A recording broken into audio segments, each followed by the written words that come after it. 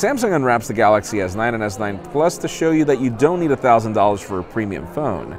LG did end up launching something, even if we're still scratching our heads over it. And Sony is back, and this time for good with its new MWC offerings. I'm Jaime Rivera reporting from Barcelona. We love this town, we love this show, and there is so much to cover. This is Pocketnow Daily.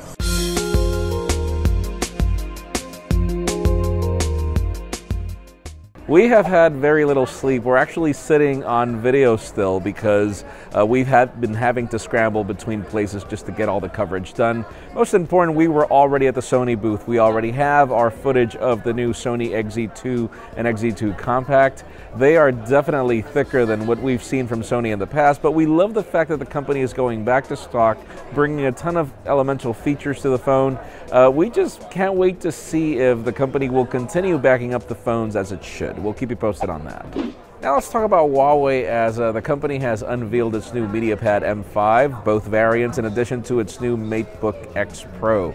I'm a big fan of the new MateBook. Definitely gorgeous design, love that display. A lot of people didn't really like the new approach to the selfie camera.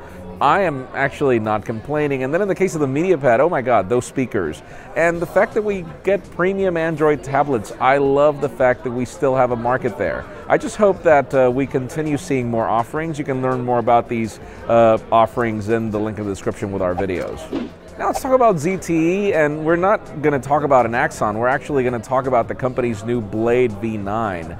Usually we don't talk about the Blade series on the daily, but oh my God, this phone looks identical to the Honor 8. I love that design, I love the back, I love the 18:9 aspect ratio, and for less than $300, that is a crazy deal for a premium design. We can't wait to tell you more about it once our review unit comes in. Definitely watch our hands-on for now. Now let's talk about LG. Yes, we did get an LG V30S Plus ThinQ. We were expecting some sort of a significant spec bump, but it seems that whatever we saw with the LG G6 Plus is pretty much going to be the standard going forward. The company using, just minor spec bumps like 2 extra gigs of RAM, double the storage, and that's pretty much it. Literally, the difference between the LG V30 and this LG V30S is just a software update, because in absolutely everything else, the V30 is capable of doing what the V30S is. You can watch our hands-on and learn more about it. And finally, the very hot news today, and pretty much of the weekend, was the Samsung Galaxy S9, S9 Plus. The Unpacked event was crazy. I love the approach, actually, but it was full of people. We got you a hands-on video of both flagships. Expect some comparison videos coming very soon. The footage is there. Obviously, this is definitely the phone of MWC 2018. We would love to know in the comments what you think. Number one, of the S9, S9 Plus, and obviously everything else that you've seen so far. What do you think? Do you like the offerings or not? Let us know in the comments down below. I do like that S9 Plus indeed.